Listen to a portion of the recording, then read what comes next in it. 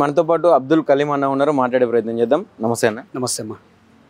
Banakacherla issue చాలా వేగవంతంగా నడుస్తూ ఉన్న జనాలలో కూడా ఒక చర్చనీయాంశంగా మారింది.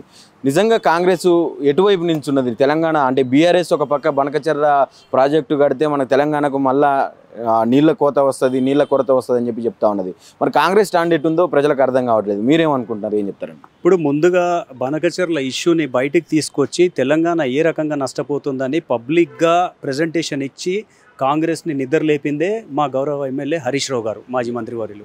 ఆయనకి ఇరిగేషన్ పరంగా ఉన్న ఆయనకు నాలెడ్జ్ కానివ్వండి, బనకచెర్ల వల్ల మనకు తెలంగాణకు జరిగే నష్టం ఏంటన్నది చాలా క్లియర్గా ఆయన ప్రజెంటేషన్ ద్వారా చెప్పిన తర్వాతనే మనకు కాంగ్రెస్ నిద్రలేసి వాళ్ళకి అర్థమైంది ఏం జరుగుతుందని. ఇప్పుడు బనకచెర్ల మీద ఇప్పుడు ఫస్ట్ ఆంధ్రప్రదేశ్ గవర్నమెంట్ చేయాల్సింది ఏంటంటే, ముందు ఈవెన్ సెంట్రల్ గవర్నమెంట్ అయినా మీరు ఏం చేస్తున్నారు, గోదావరి నుంచి పోలవరం నుంచి కృష్ణా బేసిన్కి నీళ్లు మళ్ళించి కృష్ణా బేసిన్ నుంచి బొల్లపల్లి నుంచి డైరెక్ట్ మీరు బనకచెర్లకు నీళ్ళు తీసుకెళ్తున్నారు, ఏది సీమకు నీళ్ళు అందియడానికి. దానివలన మేము వాడుకునేది ఓన్లీ 200 TMC అని చెప్తున్నారు, రోజుకు 2 TMC అని చెప్తున్నారు. కానీ అక్కడ ఏదైతే ప్రజెంటేషన్ ఇచ్చినాడో చంద్రబాబు నాయుడు, అక్కడ చాలా క్లియర్గా కనిపిస్తుంది ఏంటంటే, అక్కడ వేస్తున్న టనెల్స్ కానివ్వండి, దానికి సంబంధించిన సరంజామా చూస్తే అది డైలీ 3 to 4 TMC నీళ్ళు అందించే స్థాయిలో ఉన్నాయి. అంటే 200 TMC అది కూడా మేము వరద జలాలు వాడుకుంటున్నామని చెప్పారు. వరద జలాలు అంటే గోదావరి వాటర్ డిస్ప్యూట్ ట్రిబ్యునల్లో ఎక్కడ కూడా వరద జలాలు వాడుకోవాలని మెన్షనింగ్ లేదు. Number 1, as per 1950 Godavari water dispute ట్రిబ్యునల్లో ఎక్కడ కూడా వరద జలాలకు సంబంధించిన అంశం లేదు. నంబర్ 1. నంబర్ 2, మీరు Krishna river management board meeting పిలవలేదు, మీరు Godavari river management board meeting పిలవలేదు, తర్వాత ఏది మన సెంట్రల్ వాటర్ కమిషన్ మీటింగ్ అక్కడ కేంద్రంలో అవ్వలేదు, డైరెక్ట్గా అపెక్స్ కౌన్సిల్ మీటింగ్ అన్న ఎట్లా వస్తుంది అంటే, ఇక్కడ ఈ కింది స్థాయిలో మీటింగ్స్ పెడితే తెలంగాణ ఎక్కడ అడ్డు చెప్తుందో అని చెప్పేసి, నువ్వు ఈరోజు చంద్రబాబు నాయుడు ఎన్డీఏ గవర్నమెంట్లో ఉన్నావని చెప్పేసి నువ్వు అడ్డదారిలో దాన్ని హక్కులు సాధించాలని నువ్వు ట్రై చేస్తున్నావు. కానీ దాన్ని ఎట్టి పరిస్థితుల్లో మేము ఒప్పుకోం. ఇప్పుడు దానికి పోలవరం బ్యాక్ వాటర్స్తో భద్రాద్రి రాముడు మునిగిపోయే పరిస్థితికి వచ్చింది. ఆ ఏరియా మొత్తం కంప్లీట్గా సబ్మర్జ్ అయ్యే పరిస్థితికి వచ్చింది. రెండోది, ఎక్కడ ఇప్పుడు దాన్ని వాడుకోవాలి 200 TMC మేము వాడుకుంటామని చెప్పేసి మీకు ఎక్కడన్నా ఉందా? ఇప్పుడు కృష్ణా బేసిన్ మీద ఎప్పుడైతే కేసీఆర్ గారు ట్రిబ్యునల్ మీద, బ్రిజేష్ కుమార్ ట్రిబ్యునల్ మీద మనకు అవార్డు వచ్చింది. అవార్డు వచ్చినప్పుడు ఇప్పుడు 500 TMC వచ్చినా కూడా రేపు అది హరీష్ రావు గారు చెప్పినట్టు 900 TMC 1000 TMC కూడా మనకు ఎక్స్టెండ్ అవ్వచ్చు. అట్లా ఇది కూడా అర్థం చేసుకొని చంద్రబాబు నాయుడు గారు ఒకటి ఏం చేశారంటే, గోదావరి మీద కూడా ట్రిబ్యునల్కి ఆయన వేశారు. అది ఇప్పుడు ట్రిబ్యునల్ ఏర్పాటు అవ్వలేదు. ఆ ట్రిబ్యునల్ ఏర్పాటు అయితే బనకచెర్ల ఎక్కడ డిలే అవుద్దని చెప్పేసి ఆగమేఘాల మీద బనకచెర్లకు అప్రూవల్స్ ఇప్పుడు DPR సబ్మిట్ అవ్వలేదు. ఓకే, దానికి టెంపరీగా అయితే ప్రిపరేషన్ రిపోర్ట్ ఉందో అది కేంద్రానికి ఇచ్చారు, నిర్మలా సీతారామన్ గారికి చంద్రబాబు నాయుడు గారు ఇచ్చారు. సో దానికి ఆగమేఘాల మీద మీరు ఇంత పరిగెత్తుకుంటూ చేయాల్సిన అవసరం ఏముంది? మీరు తెలంగాణ రాష్ట్రంతో పాటు ఫస్ట్ KRMB మీటింగ్ పిలవండి, తర్వాత Godavari river management board meeting పిలవండి, తర్వాత సెంట్రల్ వాటర్ కమిషన్కి ఇవ్వండి. మీరు బనకచెర్ల కంటే మీరు పోలవరం నుంచి కృష్ణా బేసిన్ నుంచి పెన్నాకి మీరు ఆ ఇంటర్నల్ మీరు అది కూడా నల్లమల్ల ఫారెస్ట్, మళ్ళీ అది కూడా మీకు ఫారెస్ట్ క్లియరెన్స్, మీకు అన్ని పర్యావరణ అనుమతులు వస్తాయా అది పక్కన పెడితే ధ్వంసం అనేది చాలా క్లియర్గా అనిపిస్తుంది ఇక్కడ. చాలా క్లియర్గా అనిపిస్తుంది. రెండోది, ఇప్పుడు ఎక్కడ కూడా వర్బల్లో డిస్కషన్ ఏంటి, ఇప్పుడు గ్యారెంటీ ఏంటి, ఇదే 2 TMC పర్ డే 200 TMCకి అయినా ఫిక్స్ అవుతాడని, రేపు దాన్ని 3 TMCలు పర్ డే 4 TMCలు పర్ డే చేసుకోవడానికి గ్యారెంటీ ఏంటి? రెండోది, ఎక్కడైతే మీరు దీన్ని ప్రొసీజర్ ప్రకారం వెళ్ళాలో దానికి ఎక్కడ కూడా మీరు ఫాలో అవ్వట్లేదు. అంటే ఫోర్స్ఫుల్గా నేను ఎన్డీఏలో ఉన్నాను, నేను ఖచ్చితంగా నేను ఇది తెచ్చుకుంటాను, నేను ఈ ప్రొసీజర్ ప్రోటోకాల్ ఫాలో అవ్వను అంటే అడ్డదారిలో హక్కులు సాధించాలనే ఒక క్రూరమైన ఆలోచన చంద్రబాబులో ఉంది. కాబట్టి అలాగే తెలంగాణను ఎట్టి పరిస్థితుల్లో దెబ్బ కొట్టాలి కాబట్టి ఆయన ఈ చేస్తున్న ప్రయత్నానికి మేము అడ్డుపడతాం. కాంగ్రెస్ ఇప్పటివరకు నిద్ర లేవలేదు. ఆగమేఘాల మీద ఢిల్లీకి జలశక్తి మంత్రికి రిప్రజెంటేషన్ ఇస్తే సరిపోదు, చాలా పెద్ద మహా ఉద్యమం జరగాలి. సిగ్గు లేకుండా రేవంత్ రెడ్డి నిన్న ఒక మాట అంటున్నాడు, కేసీఆర్ గారు ఇవ్వాలంట, ఏది స్పీకర్ గారికి రిప్రజెంటేషన్ కేసీఆర్ గారు ఇవ్వాలంట.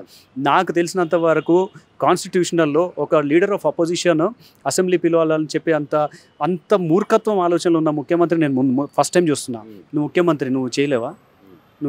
మీ ప్రభుత్వం చేయలేదా? అంటే నేను ఆల్రెడీ చెప్పినాక కూడా నా మీద ఇట్లాంటి ఆరోపణలు సృష్టిస్తున్నారు, అందుకనే పిలిచిన అని చెప్తా ఉన్నాడు. అంటే 500 TMCలు 1000 TMCలు వదిలేసి మీరు తీసుకుపోండి అని చెప్పి మన ముఖ్యమంత్రి గారు చెప్తా ఉన్నాడు. ఎట్లా చూడవచ్చు అసలు ఈ మాట? ఇప్పుడు ఆయన ఎవరు? నేను ఇప్పుడు 3000 టీఎంసీ ఏది మా సముద్రంలో కలుస్తుందంటే 15 మీరు తీసుకోండి, మిగతా మాకు ఇచ్చేయండి అంటే ఆయన ఎవరు? ఇదేమన్నా మన మక్కబుట్టల రోడ్ సైడ్ అమ్ముకోవడానికి సగం నువ్వు తీసుకో సగం నేను తీసుకో, ఏం మాట్లాడుతున్నావు నువ్వు? అంటే ఇక్కడ ఏంది, ఆయనకు నాలెడ్జ్ లేదు, హక్కు కాదు, ఆయనకు నాలెడ్జ్ లేదు, జీరో నాలెడ్జ్. ఆయన టీఎంసీ ఫుల్ ఫామ్ చెప్పమని చెప్పండి, క్యూసెక్ లాంటి ఏందో చెప్పమని చెప్పండి. అసలు ఆయనకి వరదలకు సంబంధించి ఇంటర్నల్గా ప్రాజెక్ట్ సంబంధించి రివర్ బోర్డు సంబంధించి మీరు 4 ప్రశ్నలు మీరే మీడియా ముఖంగా అడగండి. కేసీఆర్ గారి నుంచి ఆయనకు ట్రైనింగ్ కావాలంటే మేము అరేంజ్ చేస్తాం, అంతే తప్పించి దాని చాటున అసెంబ్లీకి రమ్మని చెప్పి. ప్రధానంగా ఇప్పుడు నడుస్తున్న చర్చ ఏంటంటే అసలు బనకచర్లని అసలు ఫస్ట్ ప్రపోజల్ బీఆర్ఎస్లోనే ఇచ్చారని చెప్పి మాట్లాడుతూ ఉన్నారు కదా. అది శుద్ధ తప్పది, అది అబద్ధం. అది ఒక ప్రపోజల్ ప్రకారంగా జగన్ గారి దగ్గరికి తీసుకెళ్ళినప్పుడు దాన్ని జగన్ గారు సున్నితంగా తిరస్కరించారు. అది డిస్కషన్లోనే క్లోజ్ అయిపోయింది. ఎక్కడ కూడా దానికి సంబంధించిన డాక్యుమెంటేషన్స్ ఉన్నట్టు ప్రూవ్ చేయమని చెప్పండి, క్షమాపణ నేను కోరుతా. డైరెక్ట్ వచ్చి రేవంత్ రెడ్డి గారి ముందు చెవు పట్టుకుని క్షమాపణ కోరుతా. ఒక్క డాక్యుమెంటేషన్ బీఆర్ఎస్ హాయంలో దానికి బీజం పడిందని ప్రూవ్ చేయమని చెప్పండి. మాటలొద్దు. అంటే నీకు నాలెడ్జ్ లేదు, ఫస్ట్ ఆఫ్ ఆల్ నీకు దాన్ని తట్టుకునే శక్తి లేదు. ఎందుకంటే ఎన్డీఏలో చంద్రబాబు నాయుడు ఉన్నారు, నీది ఆ లెవెల్ కాదు. ఇప్పుడు నువ్వు ఏం చేయాలి, నీకు పాల్పోతలేదు. సిగ్గు శరం ఉంటే నువ్వు ఆపోజిషన్ లీడర్ మీద నువ్వు నిందలు వేసేది. ఇప్పుడు నీకు అధికారం ఉంది, నువ్వు ముఖ్యమంత్రివి, నీ స్థాయి ఉపయోగించి అక్కడ సెంట్రల్ వాటర్ కమిషన్లో రిప్రజెంటేషన్ ఇచ్చి దీన్ని ఆపాల్సిన బాధ్యత నీది. నీకు నాలెడ్జ్ లేదని చెప్పు, ట్రైనింగ్ కావాలి నాకు కేసీఆర్ గారి నుంచి అని చెప్పి సిగ్గులే కూడా ఓపెన్గా చెప్పు. కేసీఆర్ గారు వచ్చి నీకు ట్రైనింగ్ ఇస్తారు, నేర్చుకో, తప్పేం లేదు. నాలెడ్జ్ లేనప్పుడు నేర్చుకుంటే నువ్వు పెద్దోన్ అయిపోవు, మేము చిన్నోన్ అయిపోవు, లేకపోతే నువ్వు చిన్నోన్ అయిపోను.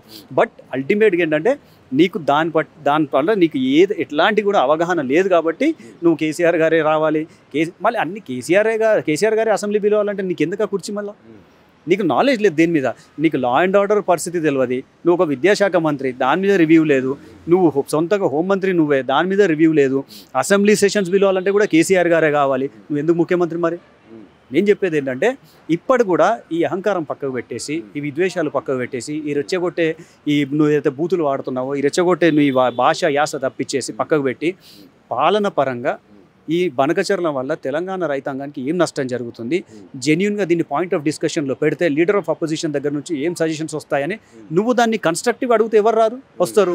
కేసీఆర్ గారు వచ్చేసి అసెంబ్లీ పిలవాలి ఏమన్నా ఈ మాటలకైనా అర్థం ఉందా? చిన్న పిల్లలు కూడా నవ్వుతారు.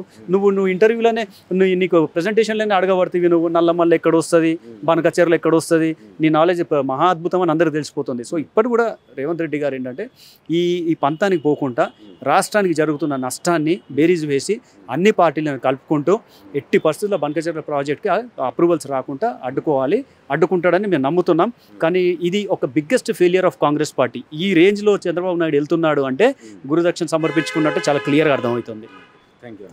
రైట్. బనకచర్ల విషయానికి సంబంధించి ఏదైతే రేవంత్ రెడ్డి గారు చేస్తున్నటువంటి తీరుని తీవ్రంగా ఖండిస్తున్నాం. ఖచ్చితంగా అన్ని పార్టీలను కలుపుకొని దాని మీద ఒక కరెక్ట్ స్టాండ్ తీసుకొని బనకచర్లను అడ్డుకునే ప్రయత్నం చేయాలి ఖచ్చితంగా. లేకుంటే ఇది ఒక పెద్ద మచ్చగా ఉంటుంది కాంగ్రెస్ పార్టీకి అని చెప్పి కూడా కలిమని చెప్తున్న పరిస్థితి చూస్తాం. కెమెరా పర్సన్ ప్రవీణ్తో నవీన్, ఆద్య టీవీ, హైదరాబాద్.